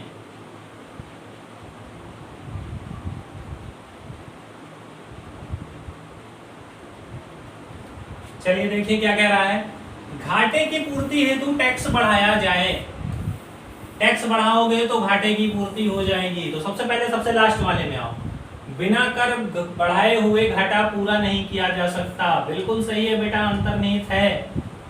टैक्स नहीं बढ़ाओगे तो घाटे की पूर्ति नहीं हो पाएगी। घाटे की पूर्ति नहीं हो पाएगी, इसीलिए कहा गया है कि घाटे की पूर्ति के लिए टैक्स बढ़ाया जाए। क्या बढ़ाया जाए? टैक्स बढ़ाया जाए।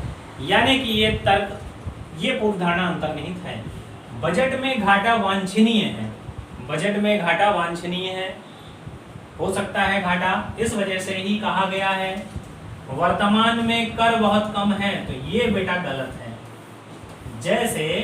जैसे आपसे कहा जाए, आप मान लीजिए कुछ लेने गए, आलू लेने गए। आप क्या लेने गए? आलू लेने गए। आपने एक सब्जी वाले से कहा कि आलू क्या हिसाब है, तो आलू वाले ने कहा 10 रुपए किलो है। दूसरे से पूछा तो उसने कहा 20 रुपए किलो है। आप भड़क गए, बोले अरे वो अगला तो 10 रुपए किलो दे रहा है, तुम 20 रुपए किलो दे रहे हो। तो ये बोला इसका नाम है रजुआ। क्या नाम है? रजुआ। रजुआ बोला कि 20 रुपए किलो साहब इसलिए कर दिए क्योंकि आलू बहुत सस्ता लग रहा था हमें। क्या लग रहा था? बहुत सस्ता लग रहा था, इसलिए हमने पैसा बढ़ा दिया। तो ये कोई बात हुई? कोई बात नहीं। सेम यही तरीका है कि वर्तमान में टैक्स बहुत कम है इसलिए बढ़ा दोगे, ऐसे कोई जनरल बात नहीं है। टैक्स कम है इस वजह से नहीं बढ़ा दिए जाते हैं। पता चला पंचर 20 रुपए का हो रहा है, अगले दिन पंचर वाले के पास गए कि भैया पंचर जोड़ दो, तो बोला आज पंचर 70 रुपए का जुड़ेगा क्योंकि बहुत कम पैसा है, इसलिए हम बढ़ा दे रहे हैं। उस बढ़ाने के पीछे कोई ना कोई कारण होगा। 20 से अगर उसने 30 रुपए करा है तो हो सकता है पूरा पंचर का खर्चा उसका ना निकल पाता हो, इस वजह से उसने 20 का 30 कर दिया। कोई ना कोई कारण जरूर रहता है। तो पहली और दूसरी पूर्व धारणा, दूसरी और तीसरी पूर्व धारणा अंतर्निहित है, पहली पूर्व धारणा अंतर्निहित नहीं है। Next question. चलिए, बहुत ही बेहतरीन क्वेश्चन। फिगर काउंटिंग आपका शुरू हो गया है। आपको बताना है कि इसमें त्रिभुजों की संख्या कितनी है। इसमें त्रिभुजों की संख्या कितनी है त्रिभुजों की संख्या बतानी है। बताएं सभी लोग त्रिभुजों की संख्या। फिगर है आपका ये, फिगर है आपका ये, मोटा कर दें ताकि दिखाई दे आपको। फिगर है आपका ये, बताएं।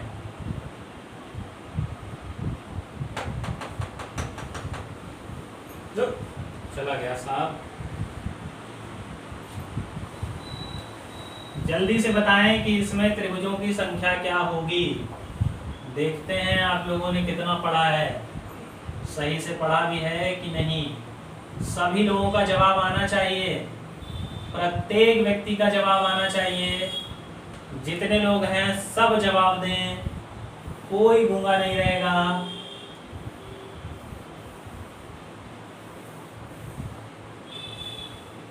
ये क्वेश्चन मैं करवा चुका हूं क्लास में, देखते हैं याद है कि नहीं है।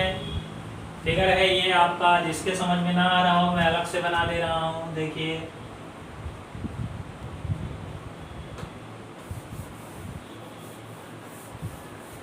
आंसर आने शुरू हो गए हैं, बहुत अच्छे। चलिए देखिए फिगर क्या है। तो फिगर है हमारा कुछ इस प्रकार का।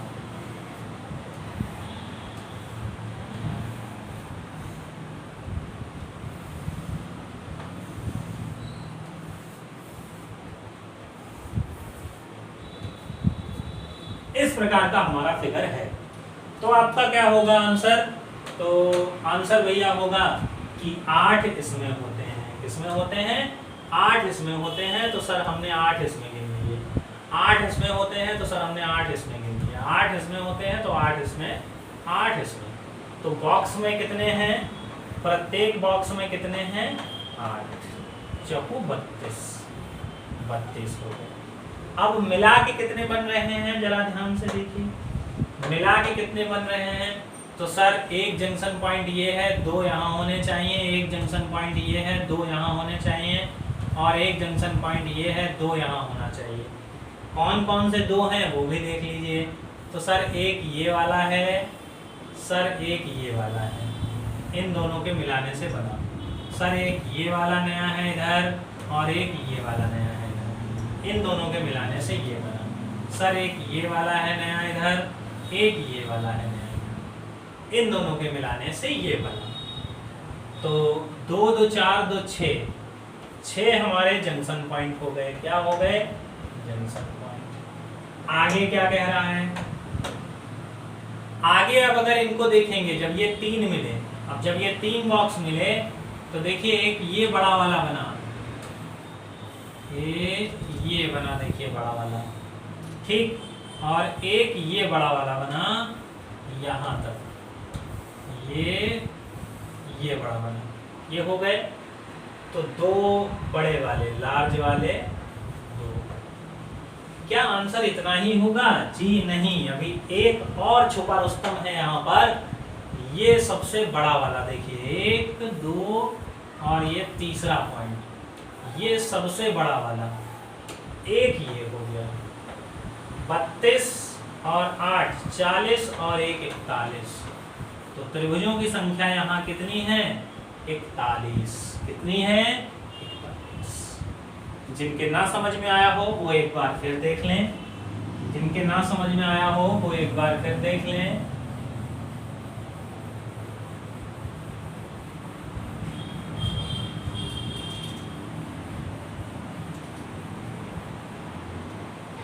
इसी को बड़ा कर दें।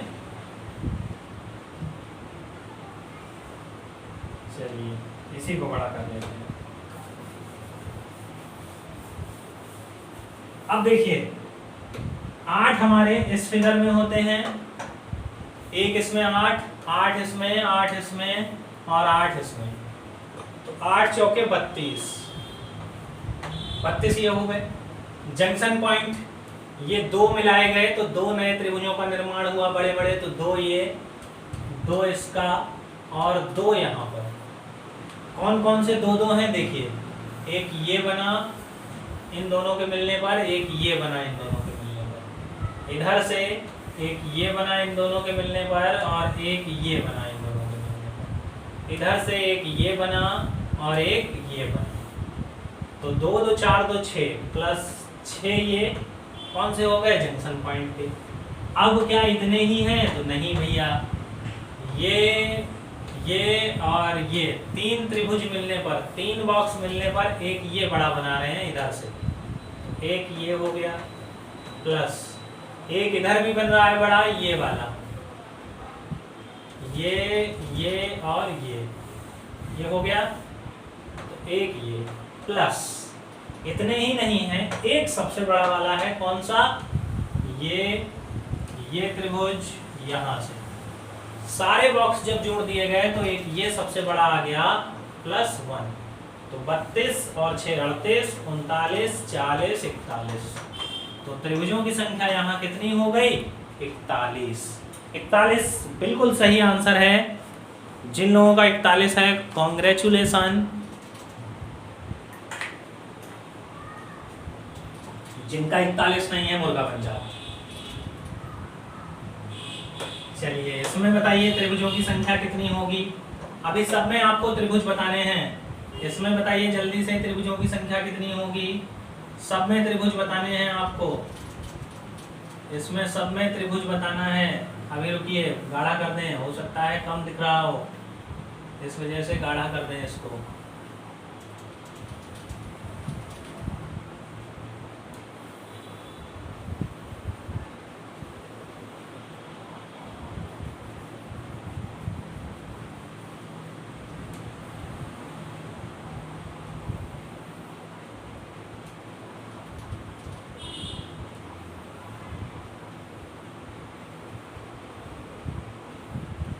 बताएं त्रिभुजों की संख्या क्या होगी।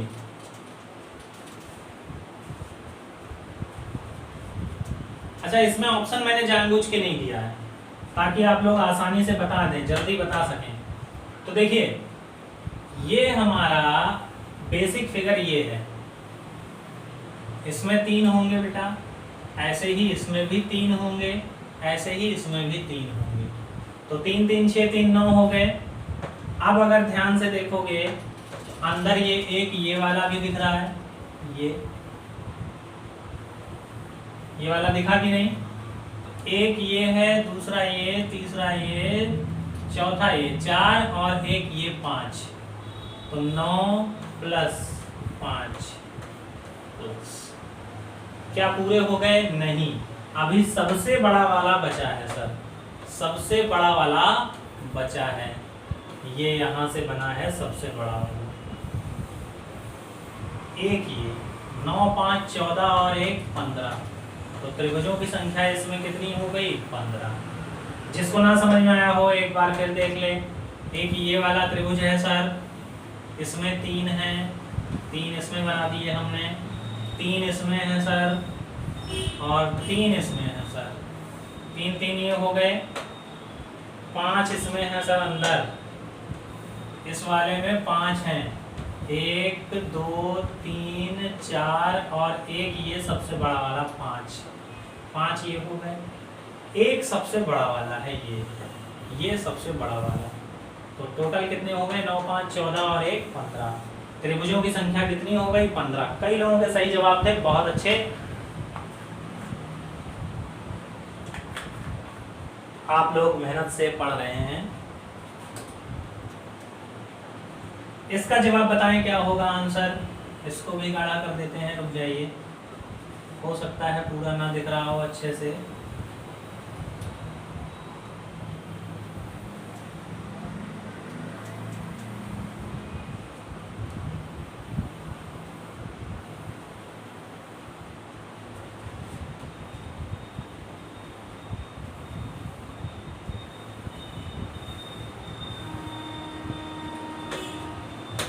ये 2 तक लाइन है केवल, ये 2 तक लाइन है, ये 3 तक, और ये पूरे में लाइन है, यहाँ तक है, सॉरी यहाँ तक। बताएं जल्दी से इसमें त्रिभुजों की संख्या कितनी होगी, इसमें त्रिभुजों की संख्या कितनी होगी। तो देखिए, इस फिगर को सॉल्व करने के लिए मैंने आपको बताया था, जहां तक लाइन हो वहां तक ही नंबर डालेंगे हम, 1 2 3 4 और 5, कितना हो जाएगा ये 15। यहाँ पर नंबरिंग कहाँ तक डाल सकते हैं, 1 2 3 4, पूरी होती तो हम 5 और डाल देते, तो ये कितना हो गया 10। यहाँ पर कितना डाल पाएंगे, 1 2 3, 3 2 5 और 1 6। ये कितना है, 1 और 2, तो ये कितना हो गया 3। ये कितना है, 1 और 2, तो ये कितना हो गया 3। इनको सबको जोड़ दीजिए, आंसर आ जाएगा आपका 10। ये हो गया 6 6 12 और 10 22। 22 इसमें जोड़ दीजिए, 7 5 12 का 2, 1 2 1 3 और 1 4। कितने त्रिभुज हैं टोटल, 42।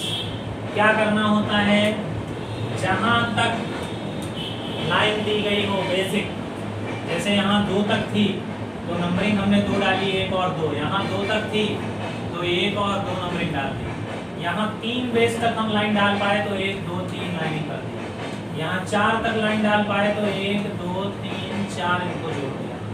ये पूरे में बेस पड़ा हुआ है, तो इनको सबको लेके आपस में सबको जोड़ दीजिए, आंसर आपका कितना आ गया, आंसर 42।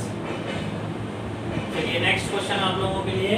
अब इसमें आपको वर्गों की संख्या ज्ञात करनी है। किसकी संख्या ज्ञात करनी है, वर्गों की संख्या। वर्गों की संख्या ज्ञात करें, ज्ञात करें। बताएं कितने वर्ग होंगे।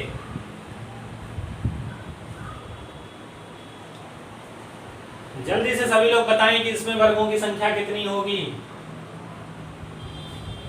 तो देखिए छोटे वाले कितने दिख रहे हैं, 1 2 3 4 5 6 7 8 9 10 11 12। 12 ये छोटे वाले हो गए।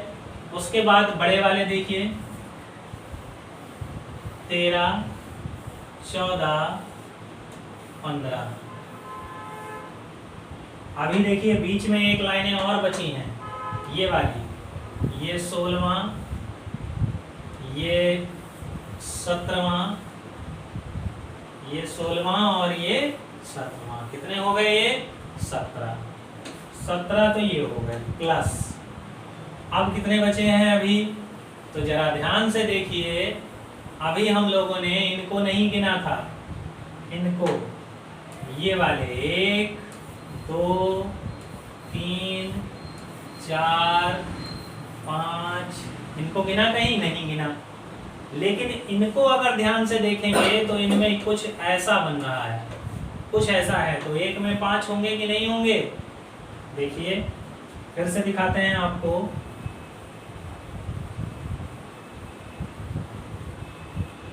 पहले तो हमने छोटे वाले गिने, 1 2 3 4 5 6 7 8 9 10 11 12। 12 ये हो गए। उसके बाद 13 14 15, 16वां ये और 17वां ये हो गया। अब ये अंदर वाले हैं, देखिए ये वाले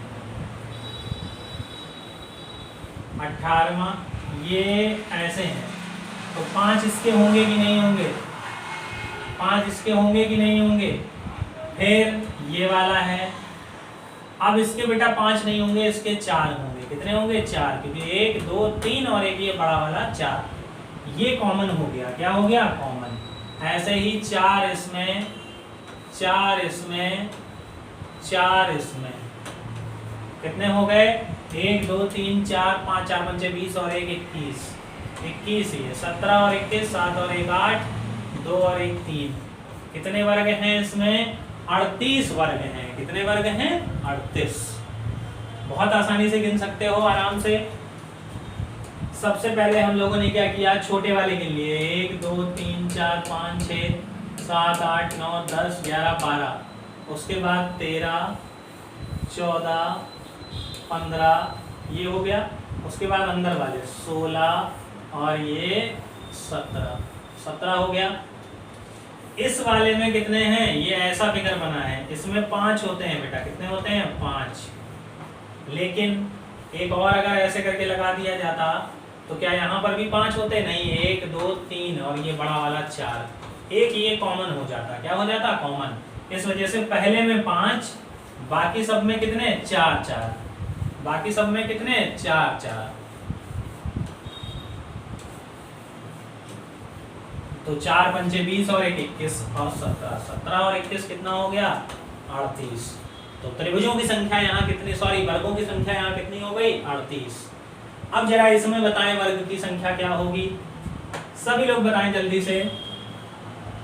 ये सारे क्वेश्चन यूपी पुलिस में पूछे गए हैं, सारे क्वेश्चन यूपी पुलिस में पूछे गए हैं। ये 2018 में आया था, 2018 में आया हुआ क्वेश्चन है, सेकंड शिफ्ट का है, शायद में भी सेकंड शिफ्ट का है, मुझे जहां तक याद है।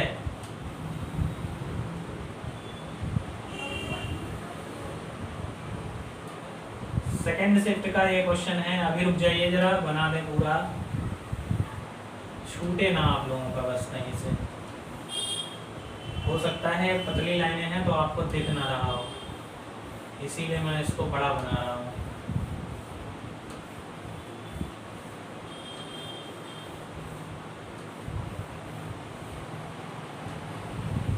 ये बन गया आपका फिगर। अब बताइए जरा इसमें वर्गों की संख्या क्या है, इसमें वर्गों की संख्या क्या है।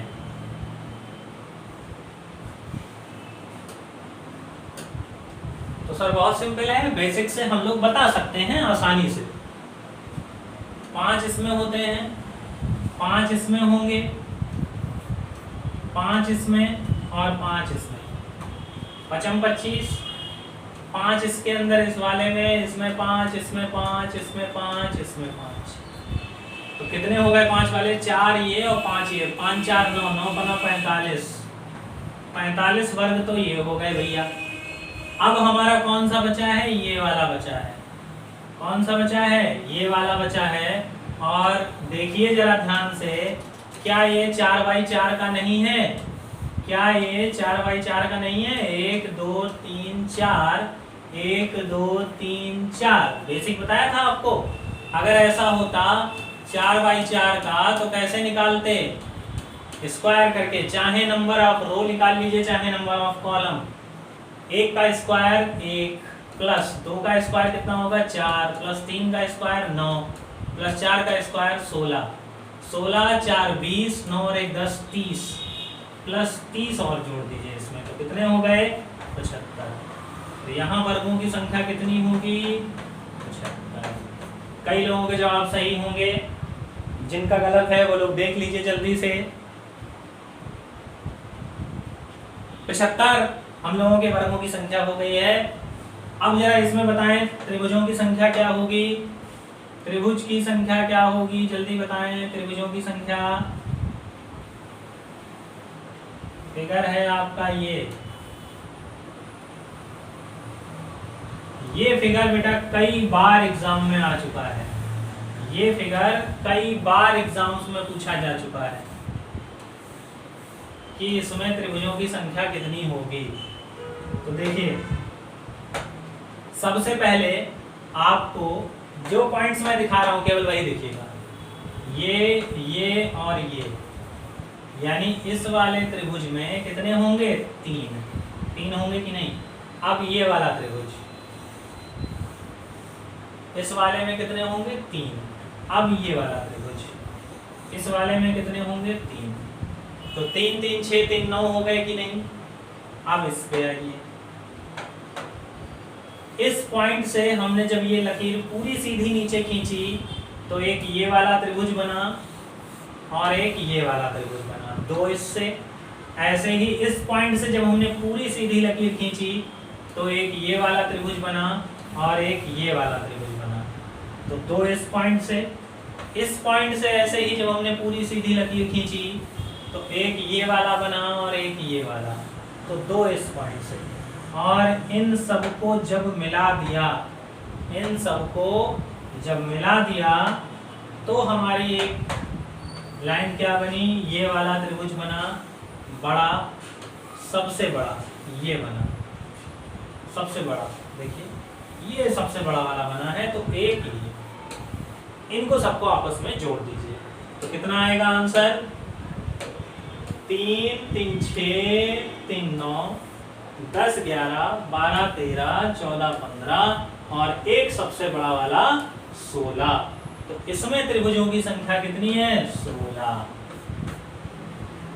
जिनको पहले डाउट रहा हो कि सर इसमें 16 कैसे है, तो ये आपको मैंने एक एक ट्रायंगल गिना के दिखा दिया कि 16 कैसे है। ठीक है।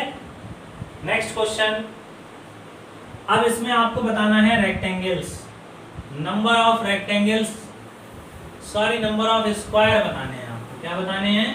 नंबर ऑफ स्क्वायर इसमें बताने हैं कितने होंगे, नंबर ऑफ स्क्वायर्स इसमें बताने हैं कितने होंगे। तो नंबर ऑफ स्क्वायर बड़े आराम से बता सकते हो, 1 2 3 4 5 6 7 8 9, 9 होंगे। लेकिन क्या अगर आपसे आयत पूछा जाए तो बता लोगे? रेक्टेंगल बताओ जरा कितने होंगे।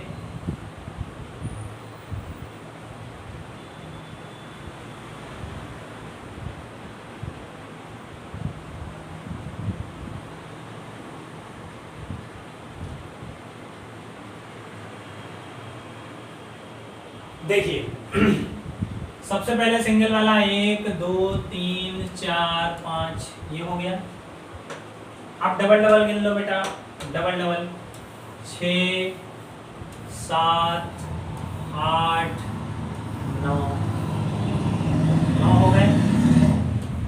बस अब जरा इसको गिन लो, टिबल टिबल 10 और 3 और 11, 11 ये हो गए,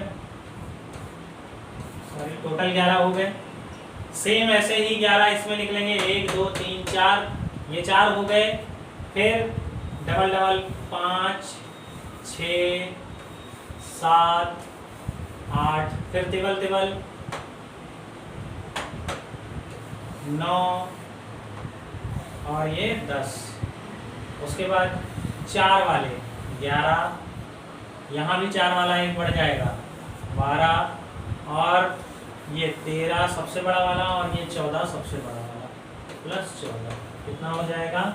11 और 14, 11 और 14 कितना हो जाएगा? 4 और 1 5, 2 25।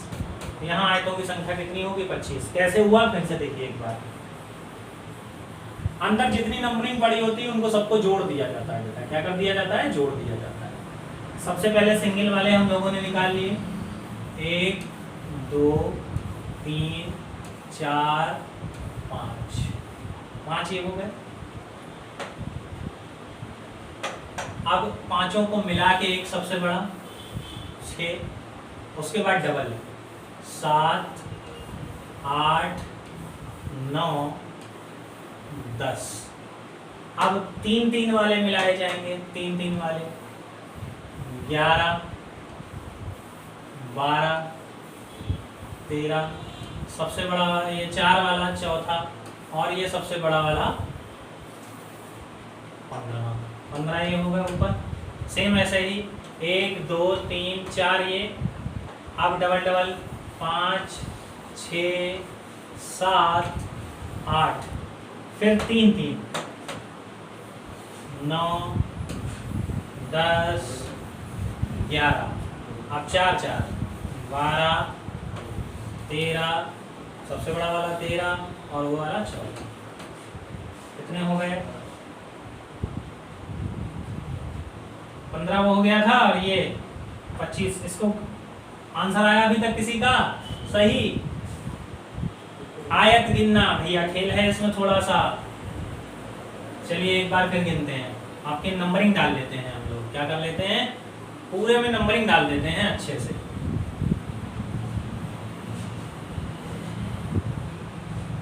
चलिए 1 2 3 4 5 6 7 8 9, 9 तो छोटे वाले हो गए, प्लस अब डबल डबल 1 2 3 4, 4 ये हो गए, 5 6 7 8, 8 डबल डबल हो गए, प्लस अब 3 वाले गिनते हैं। कौन से गिनेंगे? 3 वाले।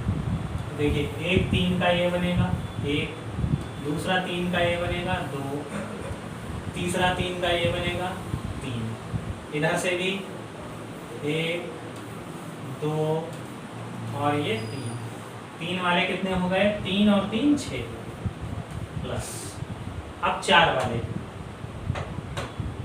1 2 3 4 मिला के एक ये आयत बनेगा, और 1 2 3 4 मिला के ये आयत बनेगा, 2 इधर से और 2 इधर से, एक ये वाला, ऐसे ही एक ये वाला, तो 2 और 2 4 ये हो गए, प्लस अब सबसे बड़े वाले एक ये और एक,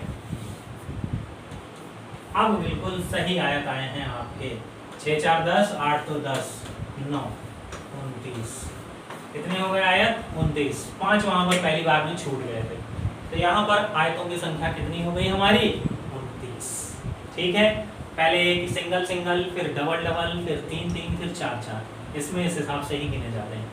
अच्छा, इसकी जगह अगर आपसे डायरेक्ट ये दे देता कि इसमें कितने आयतों की संख्या होगी, तो अंदर जितने नंबर डालिए 1 2 3 4, इनको सबको जोड़ दीजिए, 4 3 7 2 9 और 1 10, देखिए कैसे 4 तो ये हो गए, फिर डबल वाला 5 6 7, फिर 3 वाला 8 और 1 9, और एक सबसे बड़ा वाला 10, तो अंदर नंबरिंग करके जोड़ दिया जाता है। ये इसकी ट्रिक है। क्या है ट्रिक? नेक्स्ट क्वेश्चन, अब इसमें आपको बताना है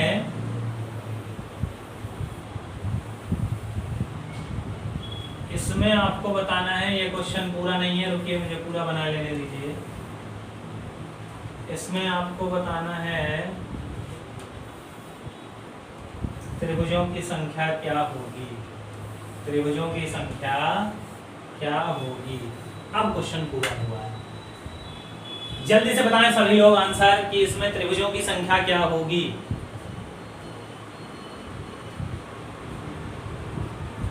क्या बताया था? छोटे त्रिभुजों की संख्या गुणे 2 माइनस 5,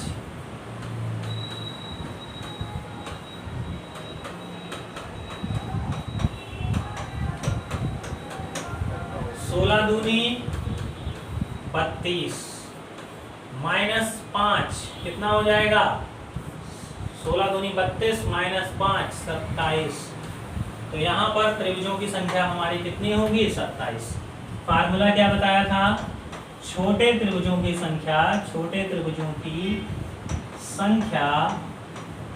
गुणे 2 माइनस 5। 1 2 3 लाइनें दी गई हो तब लगता है ये छोटे त्रिभुजों की संख्या गुणे 2 माइनस 5। जिन्होंने फिगर काउंटिंग का चैप्टर ना देखा हो वो लोग लगा सकते, देख ले जाके, उनको वहां पर मैंने क्लियर किया है अच्छे से। आज चैप्टर क्लियर करने नहीं आए हैं, आज केवल सवाल लगवाने हैं बस। इसमें आप लोग बताएंगे कि आयतों की संख्या कितनी होगी, आयतों की संख्या कितनी होगी। जल्दी से बताएं सभी लोग, आयतों की संख्या कितनी होगी। नंबरिंग में डाल देता हूँ, 1 2 3 4 5 6, 2 3 4। बताएं सभी लोग आयतों की संख्या क्या होगी। कैसे निकालते हैं इसमें आयतों की संख्या? तो देखिए आयत कैसे निकाले जाते हैं, इन सब का योग कर दीजिए, इन सब का योग कर दीजिए। 10 5 15 6 21 गुणे इन सब का योग कर देंगे तो 10, आपस में गुणा कर दीजिए तो 210 आयतों की संख्या हो गई, रेक्टेंगल्स। 210 रेक्टेंगल हो गए। अच्छा मान लीजिए इसी क्वेश्चन में आपसे पूछा जाता केवल आयत कितने हैं, केवल आयत कितने हैं, ओनली रेक्टेंगल्स। आपसे क्वेश्चन क्या पूछा जाता? Only rectangles.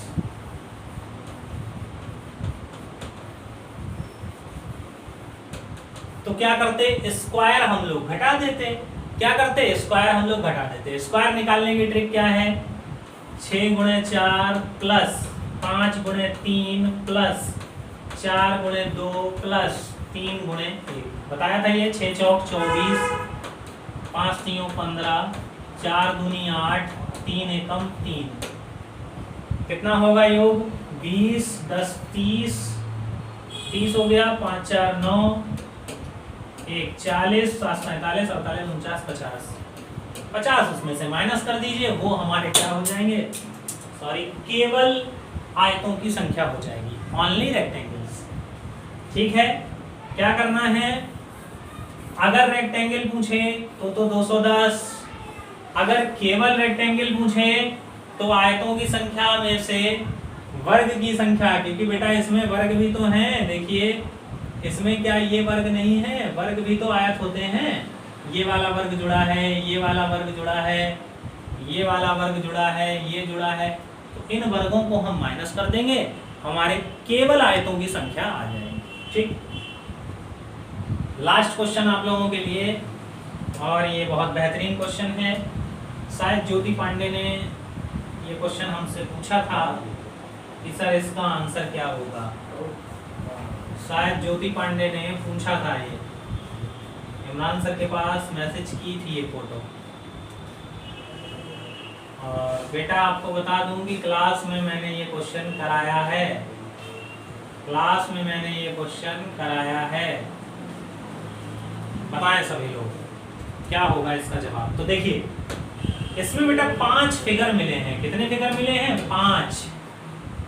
एक ये वाला, दूसरा ये, तीसरा ये, चौथा ये वाला और पांचवा ये वाला। ये इतने फिगर इसमें मिले हुए हैं। तो पहले इन पांचों के बारे में निकाल लें।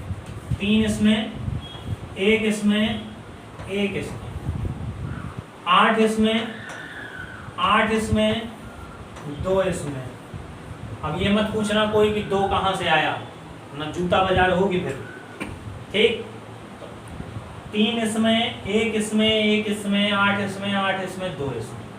अब जब सबको मिलाया गया तो देखिए क्या हुआ। एक ये बड़ा वाला बना कि नहीं? एक ये बड़ा वाला बना कि नहीं? ऐसे ही इनको जब मिलाया गया तो एक बड़ा वाला ये बना, एक बड़ा वाला ये बना कि नहीं? अभी बेटा एक सबसे बड़ा भी तो है ये वाला, और इसमें भी कहानी कुछ इसी प्रकार की है। तो 3 इसमें सबसे ऊपर वाले में से। अब इनको सबको आपस में जोड़ दीजिए, आपका आंसर आ जाए। 8 2 10, 8 2 10 20, 2 22, 23, 24 25 26, 27 28 29 और 1 30। कितना हो गया? 30। ठीक, ये मैं पेपर में जब मैंने आपको समझाया था चैप्टर तब बताया था। दिव्या पांडे यानी ज्योति पांडे एक स्टूडेंट है, उन्होंने जो पूछा था उसका ये क्वेश्चन था।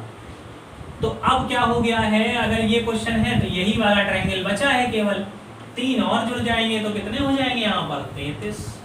कितने हो जाएंगे? 33। तो इसमें क्या करना है आपको? बेसिक फिगर्स आपको याद रखने हैं कि बेसिक फिगर हमारे कौन कौन से हैं। ठीक है, तो आज का सेशन आप लोगों को कैसा लगा? 30 क्वेश्चंस हम लोग लगा चुके हैं। आज का सेशन आपको कैसा लगा कमेंट करके कमेंट बॉक्स में जरूर बताइएगा सभी लोग। और वीडियो को शेयर करना मत भूलिएगा, अपने सभी दोस्तों तक शेयर करिए। मिलते हैं नेक्स्ट वीडियो में, तब तक के लिए नमस्कार। जय हिंद, जय भारत, जय श्री कृष्णा। मस्त रहें, स्वस्थ रहें, व्यस्त रहें, अपना ध्यान रखें। Bye bye.